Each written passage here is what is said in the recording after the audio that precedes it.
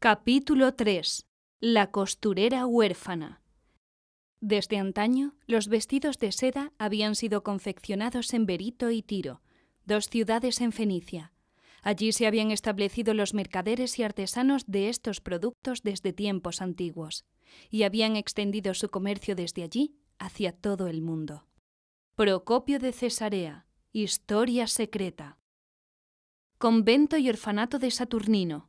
Barrio de Samatia, Bizancio. Un día antes, lunes, deutera, segundo día, según el cálculo bizantino, trite hora, tercera hora, a media mañana, 27 de marzo de 551 después de Cristo del calendario juliano.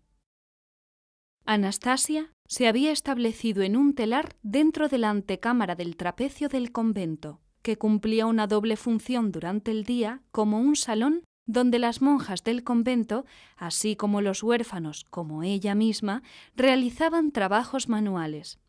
Mientras trabajaba tejiendo hilo de lino a través del telar, sus pensamientos se desviaron al peculiar nombre del convento, Saturnino. Era un nombre curioso y conjuraba imágenes de una deidad pagana romana, lo cual no parecía apropiado para un convento. En los años pasados nunca se le había ocurrido preocuparse por estas cosas, pero recientemente, desde su pasado 12º cumpleaños, preguntas como esta le venían a la mente con cada vez más frecuencia. El monasterio de Dalmatou, al que Saturnino estaba asociado, no había sido nombrado en honor a un santo cristiano como generalmente dictaba la costumbre. De hecho, ni siquiera había sido nombrado debido a su ubicación, la cual era conocida como Constantinopla cuando fue fundada por San Isaac, poco después de que el emperador Constantino la convirtiera en la capital, previamente localizada en Roma hacía 200 años. En cambio, el nombre del monasterio hacía pensar en la costa dálmata frente al mar Adriático e Italia. La rasófora Vesta era originaria de Italia, y desde que Anastasia la conociera, Vesta siempre había sido malvada con ella. Anastasia no se cuestionaba este hecho, ya que simplemente pensaba que así era como las cosas debían ser. Ella nunca se había encontrado lejos de Saturnino. De hecho, el barrio de Samatia, donde se encontraba ubicado, constituía la mayor parte de lo que Anastasia conocía del mundo exterior. Las costas dálmatas del mar Adriático le traían a la mente agradables imágenes de grandes olas rompiendo contra las altas rocas bajo el nublado cielo azul que Anastasia consideraba como una versión mucho más grande del mismo espectáculo que la Propóntide ofrecía al otro lado de los diques de Bizancio, el cual había visto en una ocasión cuando tuvo el privilegio de acompañar a la igúmena de Saturnino, la abadesa del monasterio, Cira, a ver a los comerciantes de lino, los Ozoniopatrai.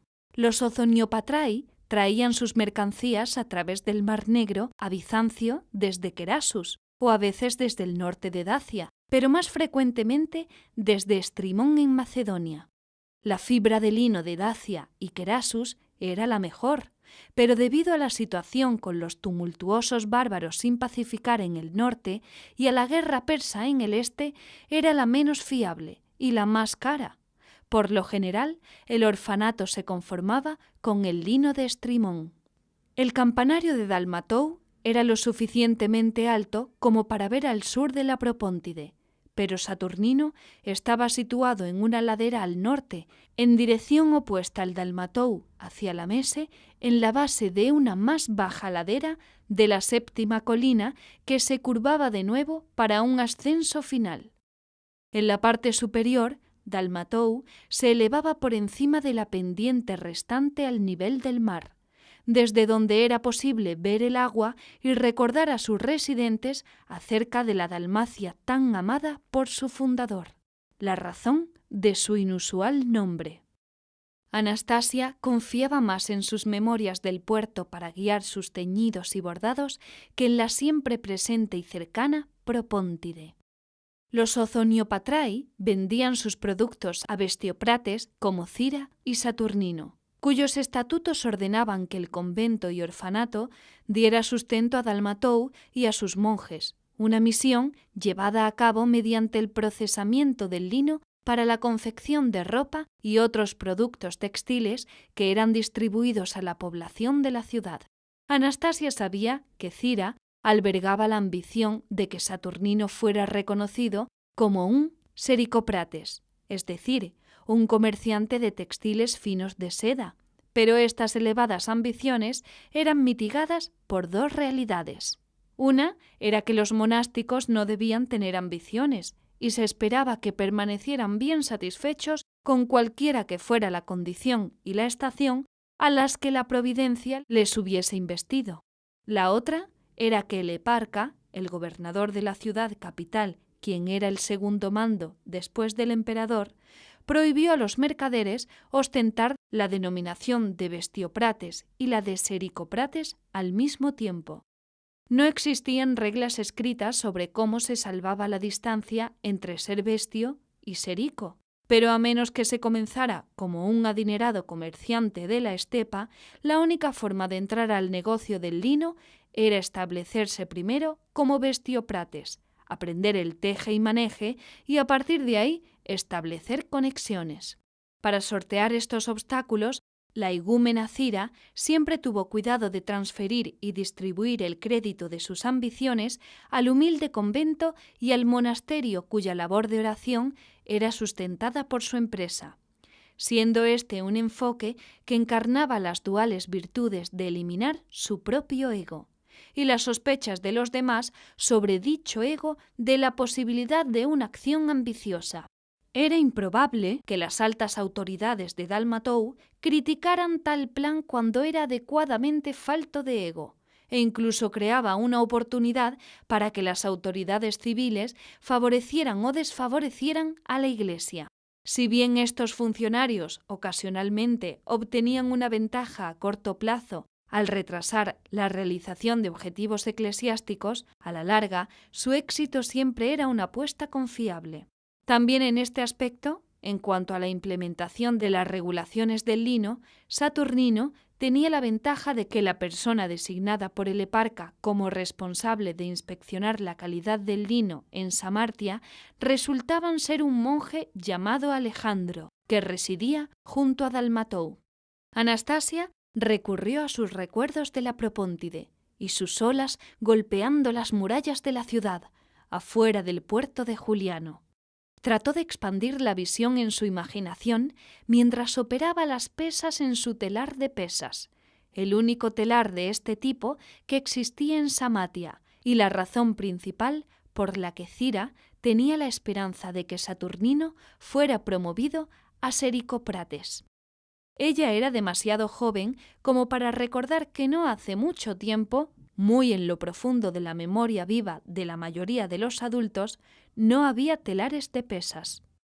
Este telar hizo su primera aparición en Bizancio, no más de 50 años atrás, que ahora parecían muy lejanos, así que uno esperaría que su uso estuviera más extendido, pero tal máquina era complicada, voluminosa y costosa. Además, un factor que les impedía popularizarse, pese a su extraordinaria utilidad, era que la mayoría de las monjas más viejas no querían tocar uno. Ellas preferían utilizar los telares de marco más tradicionales. Anastasia entendía que el telar de marco era un artefacto verdaderamente antiguo. Había visto frescos, evidentemente creado en épocas paganas, que representaban a mujeres utilizando dichos telares, y sus mayores le contaron que aquellas mujeres de la antigüedad habían ejercido su oficio mucho antes de que Esparta, Atenas, Tebas y otras ciudades-estado griegas se unieran para repeler una invasión persa hacia más de 1000 años atrás. En una ocasión, Cira le dijo a Anastasia que, según contaba la leyenda, el telar de marco había sido introducido a la sociedad griega miles de años atrás por los antiguos navegantes de Creta, que habían surcado extensamente el río Danubio en dirección al norte, donde adquirieron el telar de un pueblo desconocido en una tierra montañosa conocida como los Alpes. Con los telares de marco, las costureras debían tejer la tela desde la parte superior del hilo del telar, hilo por hilo y línea por línea hasta la parte inferior, caminando hacia adelante y hacia atrás y manejando los hilos de la urdimbre en paquetes que eran atados a unas pesas colgantes que mantenían tensa la urdimbre. Cuando la costurera alcanzaba el final de la urdimbre disponible, levantaba la sección completa de tela sobre la parte superior de la viga y luego desenrollaba los hilos de urdimbre de las pesas. El principio era sencillo, pero el tejido de patrones con dicho telar representaba un desafío debido a que los patrones idénticos debían ser tejidos por separado.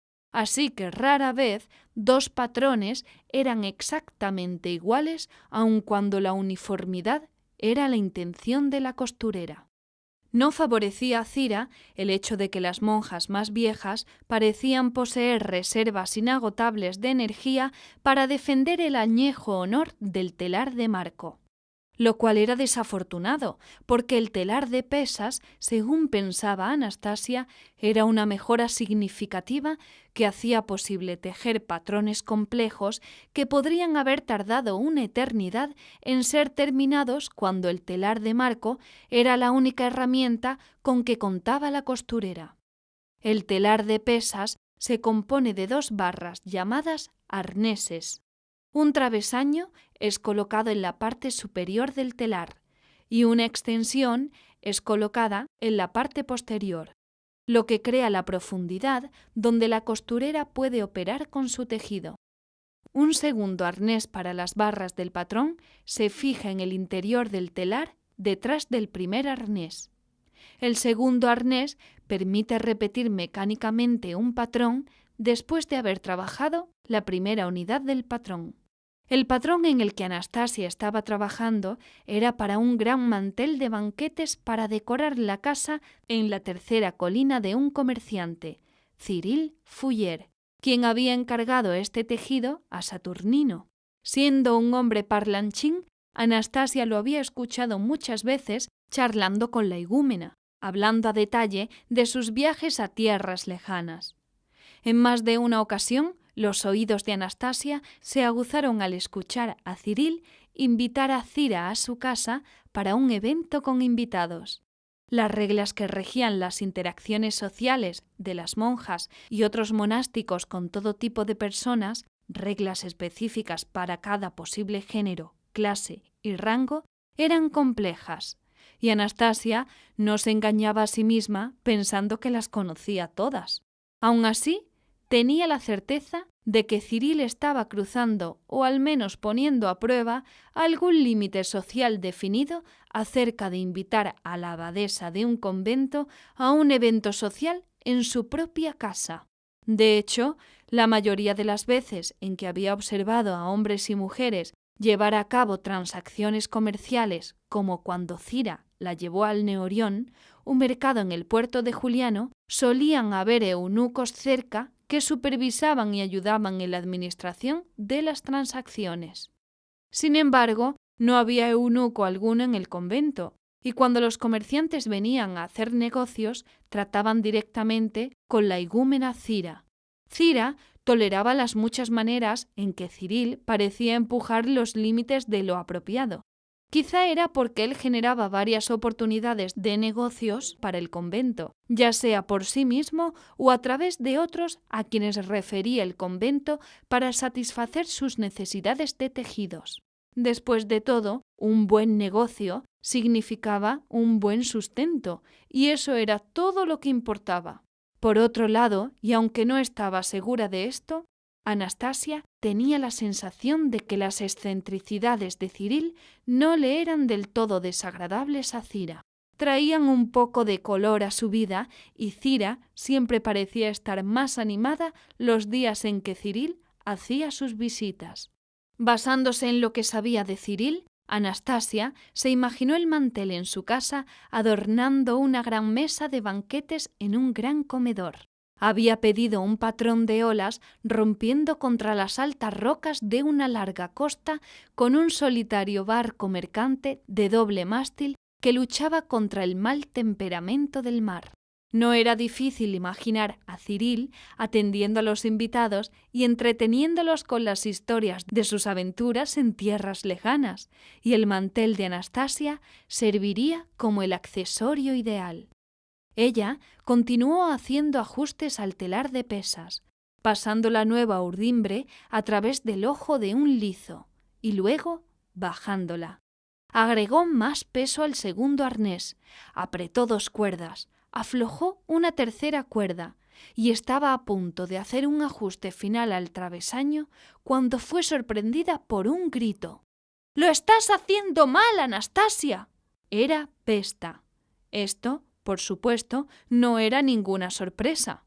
Todas las monjas mayores preferían sus telares de marco, y en este respecto, la juventud de Anastasia parecía resultarle una bendición. Anastasia nunca se había acostumbrado a tejer con los viejos telares de marco, y desde los más tempranos días en que comenzó a practicar la artesanía del hilado y el tejido, su trabajo casi siempre había sido elaborado con un telar de pesas, este mismo. Tejer con un telar de pesas requería de un compañero, pero las operaciones del tejido podían llegar a ser tan mecánicas que a veces era fácil olvidar que era una persona y no una máquina la que operaba frente a uno. Un hecho del cual Anastasia se sentía agradecida, ya que Vesta era su compañera. Y no solo eso, Cira había adquirido este telar de un comerciante persa en los años previos a la peste, cuando la paz aún prevalecía entre los romanos y los persas. Incluso era posible que, a pesar de su utilidad, una de las razones por las que el uso del telar de pesas todavía no se había extendido entre la gran comunidad textil de Bizancio fuera que la larga guerra dificultaba el comercio con los persas. Anastasia no conocía mucho sobre Italia o cualquier otro lugar más allá del Adriático, pero conocía bien a la rasófora Vesta y sabía que no le agradaba. Realmente no lo había pensado bien, pero tenía la sensación de que si no le agradaba a Vesta y Vesta era originaria de Italia, entonces Italia tampoco le gustaría. Italia se encontraba al oeste. Si alguna vez salía a este lugar, suspiraba y respiraba suavemente. ¿Será? Hacia el este. Vesta era 9 años mayor que Anastasia y era una novicia, no una huérfana. Habían laborado juntas durante 4 o 5 años y era la otrora asignación de Vesta enseñar a Anastasia el arte de hilar y tejer con un telar de pesas. Dada la enemistad que ya existía entre ambas desde que Vesta tenía 16 años y Anastasia solo 7, este había sido un emparejamiento inusual.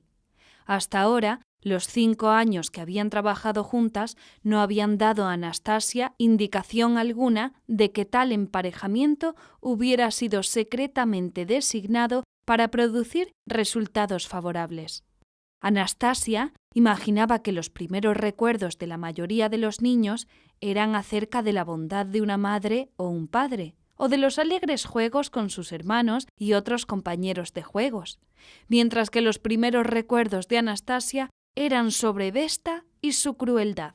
Vesta era la hija menor de un comerciante de seda italiano llamado Prisciano. Él era originario de la ciudad sureña de Taranto y hacía muchos negocios con Antioquía en Siria, en donde tenía acceso a inusuales mercancías persas como el telar de pesas. Vesta era su hija menor, y la costumbre generalmente dictaba que los padres encontraran parejas adecuadas para sus hijas mayores. Debido a que Vesta tuvo la desgracia de ser la 5ª hija, Prisciano había decidido reducir sus obligaciones enviándola pronto al convento. Anastasia y Vesta no estaban en términos tales que permitieran que alguna vez se sintiera cómoda o incluso quisiera preguntarle a Vesta cómo se sentía con respecto a la decisión de su padre.